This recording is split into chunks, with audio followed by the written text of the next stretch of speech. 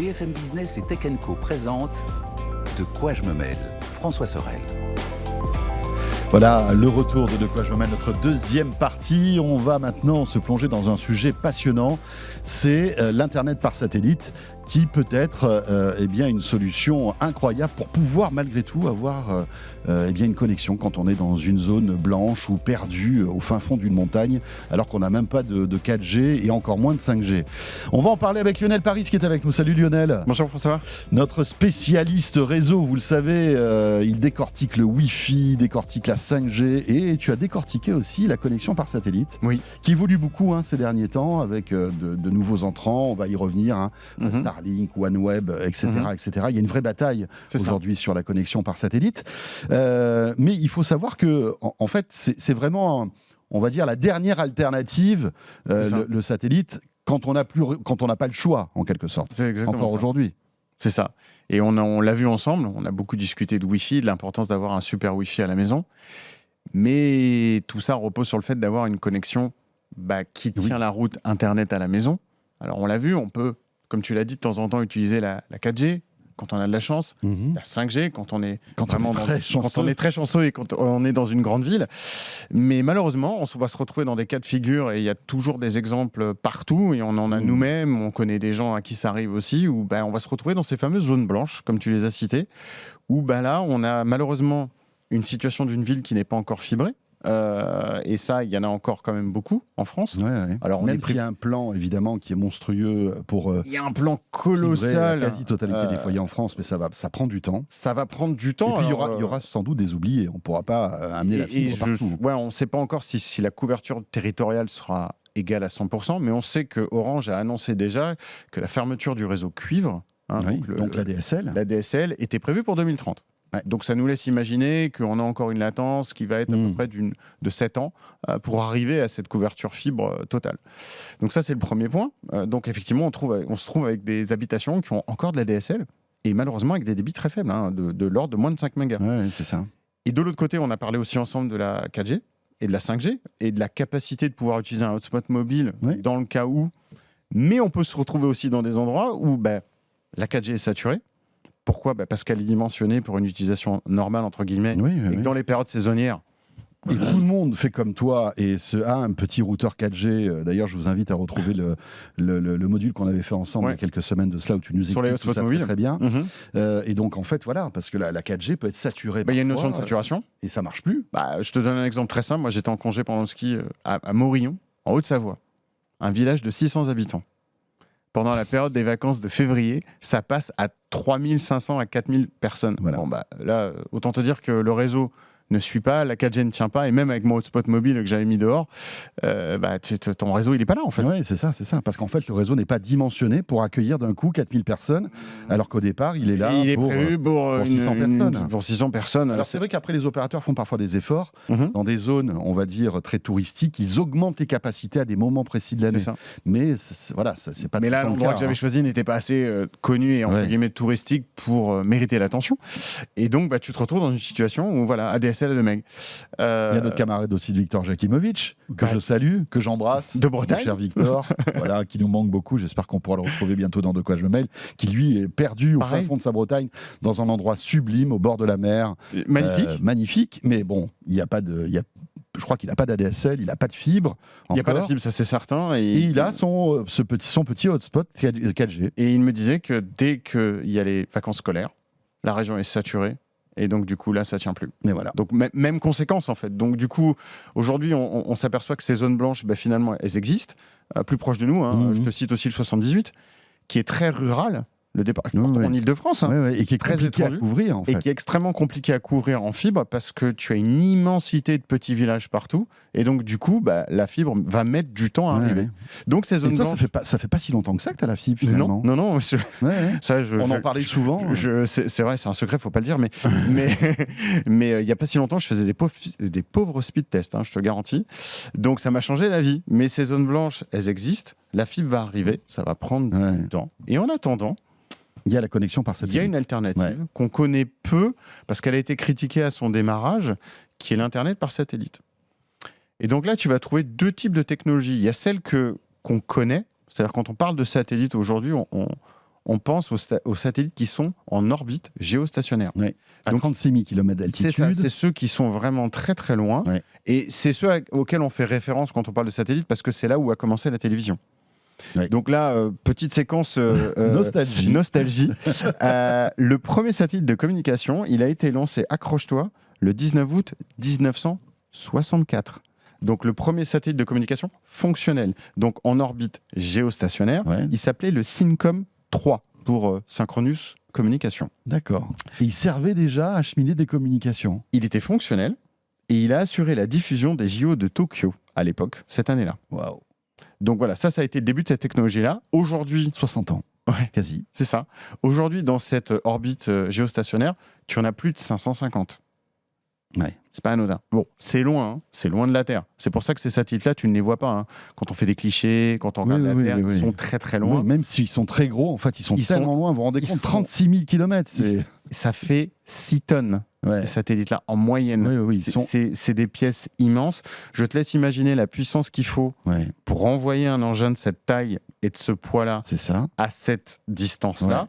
Donc il faut des fusées énormes. La puissance qu'il faut pour acheminer le signal jusqu'à la Terre, C'est la même c'est chose. 36 000 km. 36 000 km, faut, voilà. L'avantage, et pourquoi ils ont été mis là à l'époque, parce qu'en fait, ils sont synchrones à cette distance. On est pile synchrone avec le mouvement de la Terre. Et donc, ils ne bougent pas. Donc finalement, par rapport à nous, bah, ils sont toujours au même endroit, même s'ils bougent. Ouais. Donc du coup, quand tu dois placer ta parabole, et c'est quelque chose auquel j'avais jamais réfléchi, pour viser un satellite, bah oui, le satellite, en fait, il bouge. Mais comme il bouge comme nous, Ouais. du coup, c'est fixe. Il nous suit. En Et quelque donc à sorte. l'époque, c'était vraiment la solution la plus Eh évidente. ouais, bien sûr. Et la plus simple. Et on s'en est servi pendant des années pour diffuser la télé. Il y a beaucoup de satellites sur la météo, il y a des télécoms, et il y a aussi de la détection d'alerte spatiale. C'est là où on va trouver les satellites qui regardent un peu Oui, pour éviter qu'on se prenne une météorite. Voilà. Alors, et après, donc, il y a eu une nouvelle génération de satellites, C'est ça. toujours à cette orbite haute, à 36 000 km, qui Mhm. permettait de se connecter à Internet. C'est ça. Toujours avec une parabole, toujours le même système. C'est le même système, sauf que ces satellites-là étaient dédiés à offrir une connexion à Internet. Donc, tu t'imagines que 36 000 km à parcourir, c'est pas court. Surtout que c'est x2, parce que ça monte et ça descend. Exactement, puisque le principe de ces satellites, il n'y a pas de magie. C'est pas le satellite lui-même qui a déjà Internet. Il faut bien qu'on lui envoie. Donc, le principe de fonctionnement, c'est que tu as ce qu'on appelle une station terrestre. La station terrestre, elle est raccordée à un nœud fibre optique et donc à Internet, si tu veux. Cette station envoie les informations au satellite. À 36 000 km. À 36 000 km, le satellite les reçoit et les rediffuse et les envoie sur ta parabole. Au tout début de cette techno-là, ça mettait 0,2 secondes. Ce qui est quand même... Oui. On parle de 72 000 km. Ouais, ça fait D'accord, beaucoup. ça fait et beaucoup. c'est plutôt respectable. Et ça a été descendu au fur et à mesure des années à 0,7 à 0,7. D'accord. Donc 0,7, donc 700 millisecondes. Donc c'est ce qu'on a aujourd'hui. Et c'est ce que tu vas trouver aujourd'hui sur des offres qui existent encore. Hein. Tu as 3 opérateurs en France qui proposent ces offres-là. Tu as une filiale d'Orange qui est Nornet, qui propose des offres, et le nom c'est Neosat. Tu trouves un accès 100 mégabits par mois, qui coûte à peu près 79 €. Ils utilisent le satellite Eutelsat d'ailleurs, qui est un des gros satellites connus. Tu as aussi Sky DSL, qui propose aussi l'illimité à 50 mégabits en trafic descendant. Bon, quand tu as 2 mégas, ça paraît pas énorme hein, quand on dit ça, parce que quand on parle Quand parle on a à la l'habitude fibre, de la fibre, et quand on a un giga, mais quand tu as 2 mégas, tu passes à 50 ou à 100, ça te change un peu ça change la vie quand même. qui est assez accessible pour 39 €. Et tu as le troisième joueur de la partie qui est Numérisat, à travers les offres de Wisat, et qui utilise le satellite Astra. Et là, on trouve du limité cette fois-ci. Donc, tu as un quota de données limité à 100 gigabits, et ça te coûte pour un trafic de 50 mégas, 89 par mois. Donc ça, c'est, si tu veux, l'état des lieux de cette techno qui a progressé pendant cette soixantaine d'années. C'est ça. Ouais. Mais... Inconvénient, Ouais. c'est que les SAT sont mutualisés. C'est compliqué à lancer. C'est cher à déployer. C'est très Tu as un coûteux. nombre d'intervenants fantastiques dans l'opération. Tu as un débit Internet qui est faible. Quand on parle de 50 et 100 MB aujourd'hui par rapport à la fibre. Et surtout, ce qui est très critiqué, c'est la latence. Ouais. Ça, qui ne fonctionne pas pour les gens en ligne, qui n'est pas assez courte, et qui ne va pas être bonne non plus pour la visio. Et pour la VoIP, bien évidemment, parce que 0,7 secondes, c'est énorme en fait. C'est énorme. C'est un peu comme quand vous voyez en fait, les duplex, vous savez, sur les chaînes d'infos. Voilà, il y a toujours cette latence qui est embêtante. C'est beaucoup trop. Oui, et puis physiquement, on n'y peut rien. C'est-à-dire que comme le signal fait des dizaines et des dizaines de milliers de kilomètres, 72 000. Voilà. Là, je pense qu'ils sont arrivés au terme de ce qui est capable d'obtenir sur ces technos-là, avec cette typologie de satellite. Et donc... Et puis il y a aussi un autre problème, que tu l'as évoqué rapidement, c'est la saturation. C'est-à-dire que comme ces satellites sont très très hauts, ils couvrent énormément de zones. Par exemple, un satellite va couvrir toute l'Europe, voire même l'Afrique du Nord. Et s'il y a beaucoup de gens qui sont connectés en même temps, eh ben, c'est un peu comme la 4G pendant tes vacances au ski. Ton réseau, en fait, il va être moins bon parce qu'il y a beaucoup de gens qui font beaucoup de trafic sur ce satellite et c'est pas illimité la ressource. Et d'ailleurs, c'est encore plus vrai puisque les dernières années, je crois que ça a démarré fin 2020, ils ont commencé avec les premières offres illimitées. Donc là, quand tu passes en illimité, qu'est-ce que tu fais ? Tu commences à faire du streaming et des applications qui sont très gourmandes en bande passante. Mais du coup, ça consomme une masse de données énorme. Qui est énorme pour l'infrastructure qui n'est pas trop prévue pour ça. En fait. D'ailleurs, il y a des abonnements qui proposent de l'illimité, mais la nuit, par exemple, parce qu'ils estiment que la nuit, il y a beaucoup moins de trafic. Donc là, ils peuvent proposer l'illimité. Donc après, c'est compliqué parce que tu as un quota de data en journée. Et après, de la nuit, tu es en illimité, tu vois. Donc, mais bon, encore une fois, on n'est pas en train de critiquer. Mais c'est mieux que rien quand tu n'as pas le choix. C'est formidable. C'est évident. Ça, c'était la première génération. C'est ça. Et puis, depuis quelques années... Il y a une personne qui a tout à fait compris ses inconvénients, comme par hasard, qui s'appelle Elon Musk. Et qui a... Après avoir révolutionné l'automobile, après avoir révolutionné l'espace. Le monde spatial, avec sa société SpaceX, qui est connue dans l'astronautique, le vol spatial, les projets d'exploration de la Lune, les lanceurs Falcon, qui sont donc les premiers réutilisables, je le rappelle. Et bien, maintenant, il a créé une autre structure qui est une filiale de SpaceX qui s'appelle Starlink, et avec laquelle il compte bien dynamiser le marché des télécommunications satellites, avec une idée qui paraît simple, en fait.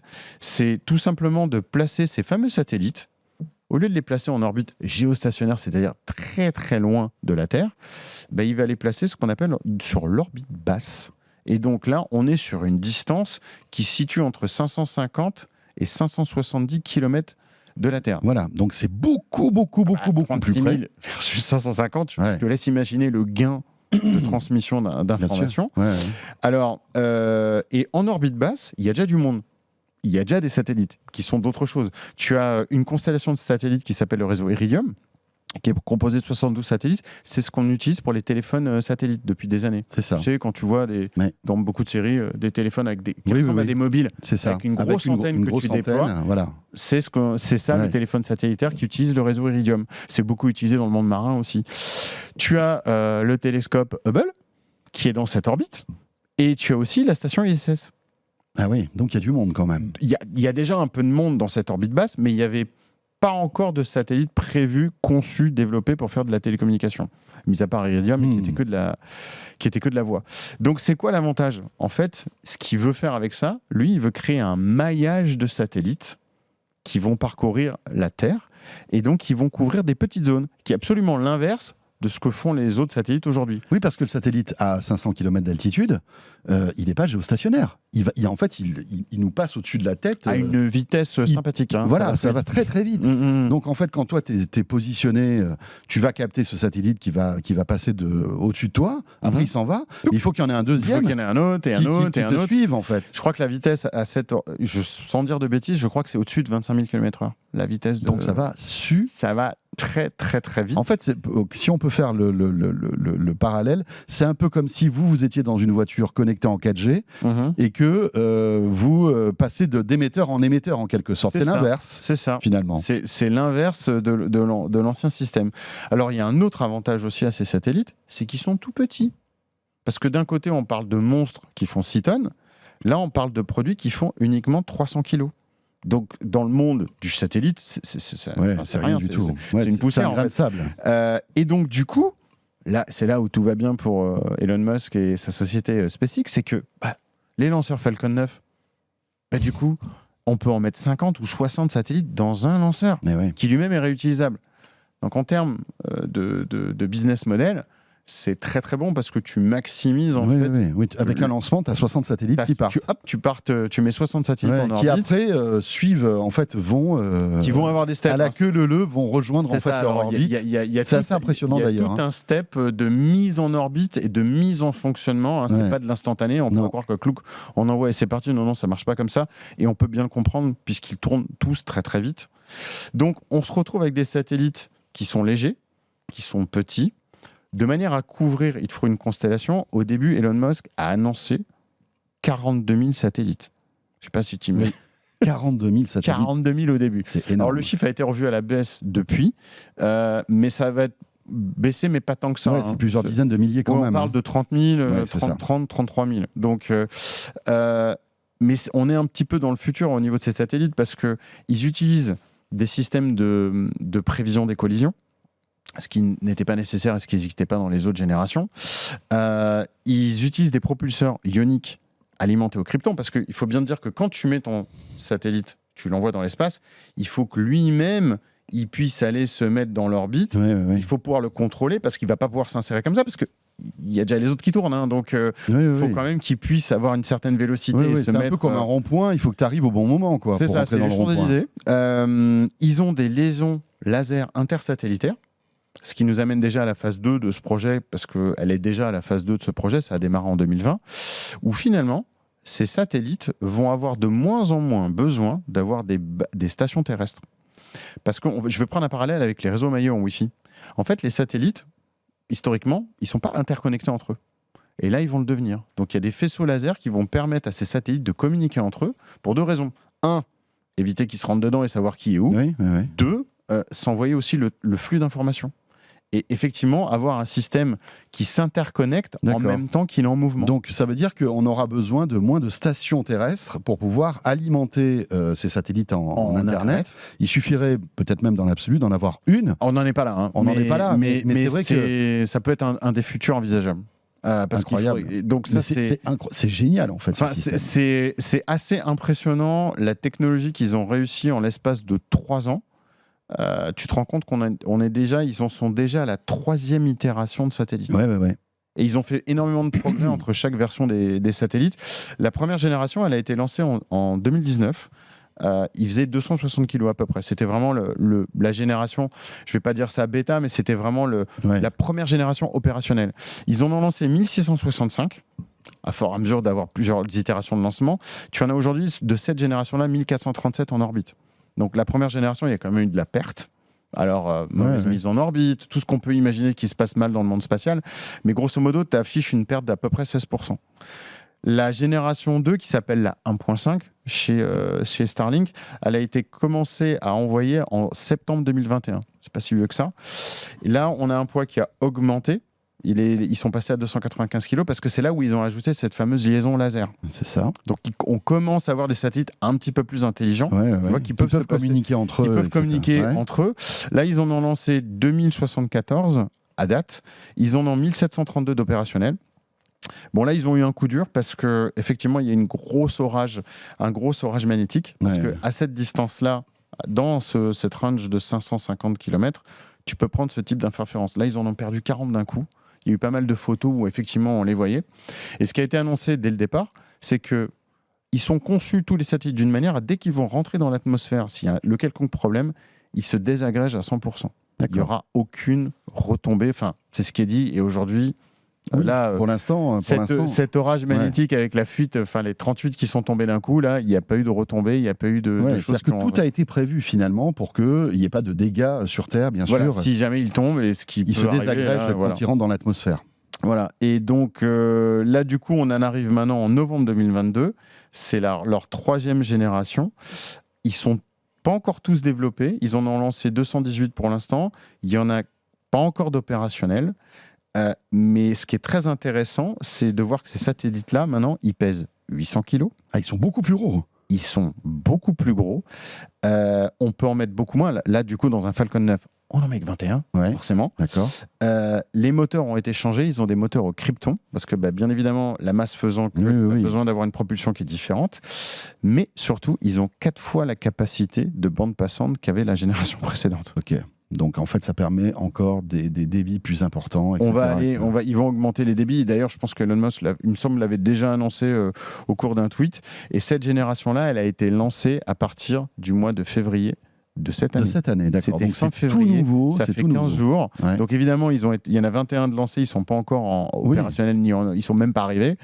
Oui, ils doivent faire des tests pour ils voir. se placent au fur et à mesure. Mhm. Donc c'est vraiment une techno qui finalement évolue. On se retrouve dans le monde satellitaire avec l'évolution qu'on peut un peu trouver en informatique. On n'a pas évoqué les avantages en fait de cette connexion, de cette connectivité par rapport à celle qu'on évoquait tout à l'heure avec les satellites géostationnaires. Les débits qu'on a là, ça n'a rien à voir. Minimum 100 MB jusqu'à 300. Tu te retrouves avec une latence qui est entre 20 et 40 millisecondes. Ouais, donc on était à 700 sur l'ancienne technologie. Alors bien évidemment, on ne sera toujours pas au niveau d'une connexion fibre qui elle-même est à 4-5 millisecondes. Mais on peut faire de la voix sur IP, on peut faire de la visio. On est dans un usage standard, on peut tout faire. Dans cette latence-là. Alors pour le jeu vidéo, pour les fans de jeux vidéo, c'est pas les RPS, en tout cas, tout dépend des jeux. Mais voilà, mais tout ce qui est application courante, ça va passer. On a une bande passante, on est toujours sur un modèle illimité. Donc il a un petit peu révolutionné l'air de rien avec cet apport technologique. Finalement, cet usage. Je donne pas au fur et à mesure des annonces qu'on voit passer à droite et à gauche, parce qu'il n'est pas tout seul. Non, on va en parler, bien sûr, il y en a d'autres. Mais je ne vois pas un grand futur aujourd'hui sur la connectivité Internet sur les satellites géostationnaires. Ou alors peut-être en secours pour des usages un peu particuliers. C'est ça. Mais c'est vrai que, bon, voilà. Ou peut-être dans le monde de l'entreprise, encore faut-il avoir l'équipement. Et un autre point dont on n'a pas parlé qui est très intéressant, c'est donc l'antenne qui est mise à disposition. Oui, c'est ça. Tu reçois comment tout ça ? Alors, c'est envoyé chez toi quand tu souscris l'abonnement. Ça coûte 50 € par mois. Le tarif a été divisé par 2 par rapport au lancement qui était en 2021 en France. Aujourd'hui, c'est 50 € par mois. Tu reçois cet équipement qui est une antenne qui est donc motorisée. Il faut acheter l'appareil. Enfin, il faut acheter le kit de réception. Je crois qu'on est à 600 ou 700 $. C'est entre 500 et 600 €, livraison compris. Tu l'achètes. Tu reçois donc un kit avec un trépied, une antenne qui est motorisée que tu contrôles via une application, une box, bien évidemment, qui est une box cette fois-ci mais satellitaire, avec un Wi-Fi. Alors, malgré cette débauche technologique, j'étais déçu de voir que c'était du Wi-Fi 5. Bon, après, tu peux brancher un routeur, j'imagine. Oui, on peut mettre, bien sûr, c'est du réseau traditionnel. Une fois que c'est dans la box, on peut mettre un système Wi-Fi si on a besoin derrière, etc., comme Orbi. Mais quelque part, tu as une application, ça se branche. Tout est automatique. Et tout est automatisé. Tu n'as rien à... Parce que l'antenne est motorisée et va se placer. Inconvénient, il faut vraiment qu'il n'y ait aucune obstruction. C'est extrêmement important. Donc, on ne peut pas mettre ça en milieu urbain, au premier étage d'un immeuble, avec des immeubles partout. Si on fait ça, il faut la positionner sur un toit. Faut que faut que ce soit dégagé. Il faut qu'il y ait le ciel. Voilà, exactement. C'est pour ça qu'on le voit plus en milieu rural ou dans des zones où... Après, c'est assez logique. En général, en zone urbaine, tu n'as pas besoin de Starlink. C'est ça, exactement. Tu as la fibre ou tu as d'autres. Exactement. C'est pas là où on va l'utiliser. Alors, ce qui est intéressant, Lionel, c'est qu'évidemment, il y a Starlink qui est précurseur dans ce type de technologie, mais ce n'est pas le seul. Tout à fait. Il y a Jeff Bezos qui a lancé son service Kuiper, je crois. Il y a aussi OneWeb. Oui. Enfin, la concurrence est en train de se mettre en place. Disons qu'il a un petit peu débroussaillé, comme il fait d'habitude, le terrain. Il a commencé à lancer la technologie. Et depuis, tu avais un concurrent qui était déjà là à l'époque, qui a quasiment lancé en simultané, c'était OneWeb. Aujourd'hui, ils ont 542 satellites opérationnels. Toujours pareil. On parle de l'orbite basse. Donc, t'imagines le trafic là qu'on a sur cette orbite. On a les 3200 chez Elon, on en a 542. Enfin bon, il y a du monde. Après, ils sont pas à la même altitude exacte. Ils peuvent être à 10 km plus haut ou 10 km plus bas ou même 50 ou 100 km. Oui, bien sûr. Ils sont d'ailleurs, mais quand même, ça fait du monde. Ça commence à faire du monde. Et donc, eux, en fait, ils utilisaient, c'est drôle, les structures russes. C'est-à-dire tous les lancements de OneWeb étaient effectués de la base de Roscosmos et utiliser des lanceurs Soyuz. Sauf que depuis le début du conflit, c'est fini ça. C'est terminé. Du coup, ils ont pris énormément de retard sur leur déploiement parce qu'ils ont dû trouver de nouveaux fournisseurs. Et devine qui c'est qui a des lanceurs Je sais qui c'est. C'est toujours Elon. Eh ben oui, tiens. Donc Elon va lancer des satellites concurrents. Ils ont lancé. Il y en a eu 4 déjà de lancés. Okay. Alors OneWeb utilise à la fois les lanceurs Falcon 9 de SpaceX et aussi ils utilisent aussi une structure indienne aussi qui a aussi je me souviens plus le nom, mais qui a aussi des lanceurs. Mais OneWeb ne veut pas aller sur le marché du particulier. Ils sont vraiment orientés B2B et sur le marché professionnel. Ok.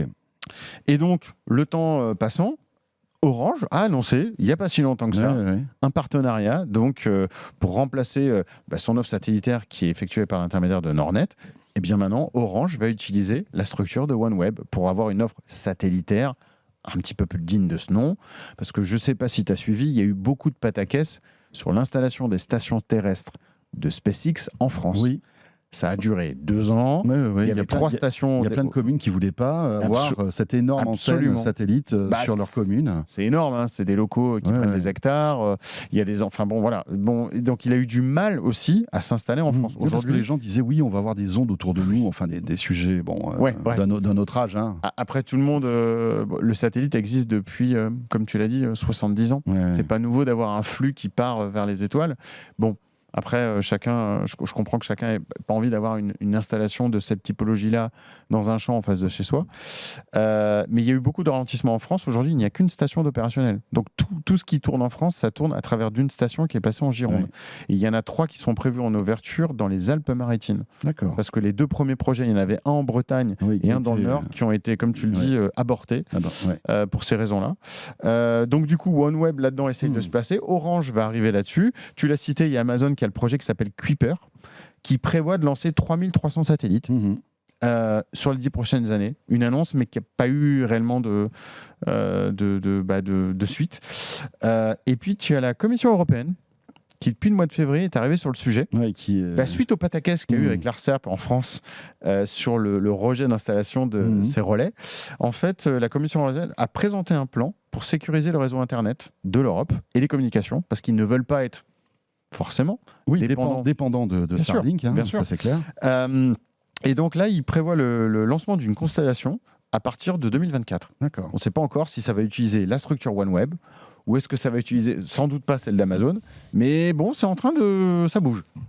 Ça bouge et c'est passionnant. Et puis, bien sûr, il y a la Chine aussi qui est en train de créer son réseau satellite Internet qui ressemblerait à celui que tu viens d'évoquer. Sujet passionnant. Bien sûr, on est en train de vivre une évolution. Et à terme, dites-vous que c'est votre smartphone qui recevra le signal de ces satellites. Puisqu'on sait que Qualcomm travaille sur des puces qui permettront, même avec nos smartphones hyper fins, hyper légers, de capter le signal de ces satellites. Alors au début, pour des signaux, des services d'urgence, mais demain, sans doute qu'on pourra envoyer des SMS ou des photos ou des vidéos. Je suis sûr. C'est obligatoire. Merci beaucoup Lionel. Écoute, merci François. Super intéressant. Je pense qu'il était très, très important de faire un point sur tout ça, d'autant que ça bouge beaucoup. Donc voilà l'état de l'art en la matière en ce mois de mars. Merci Lionel. Merci à vous. Lionel Paris, donc, dans De quoi je me mêle pour terminer ce rendez-vous. Merci de nous avoir suivis encore une fois. Toujours un plaisir que de passer cette petite heure en votre compagnie. On sera de retour, bien sûr, la semaine prochaine. De quoi je me mêle le week-end, vous le savez, sur BFM Business, Radio Télé, mais aussi sur YouTube, en vidéo. Et puis, évidemment, sur tous les portails de podcast. À très vite, on se retrouve dans une semaine. Salut à tous. De quoi je me mêle sur BFM Business et Tech & Co.